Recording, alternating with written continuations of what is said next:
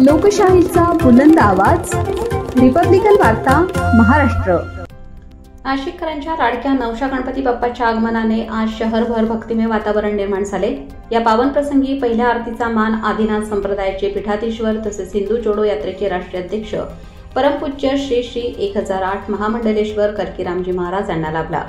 संपूर्ण विश्वाच्या कल्याणासाठी आणि भक्तांच्या मनोकामना पूर्ण व्हाव्यात या उद्देशाने कलकीराम महाराजांनी बाप्पाला साकडे अर्पण केले व आरती केली।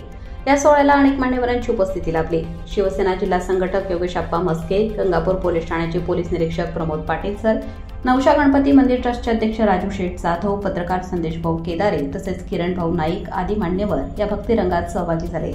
नवशा गणपती मंदिर ट्रस्टचे अध्यक्ष राजू शेठ जाधव यांनी उपस्थित मान्यवरांचे शाल, श्रीफळ आणि पुष्पगुच्छ देऊन सन्मान केला। हा सोहळा भक्ती, आनंद आणि एकात्मतेचे दर्शन घडवणारा ठरला।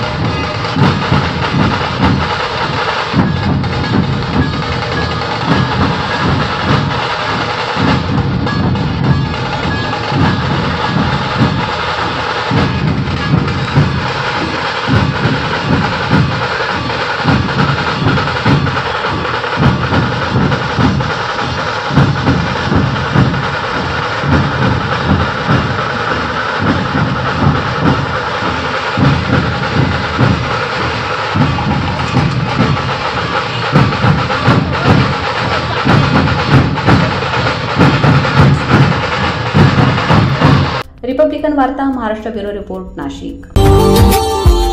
Subscribe now and press the bell icon. Never miss an update.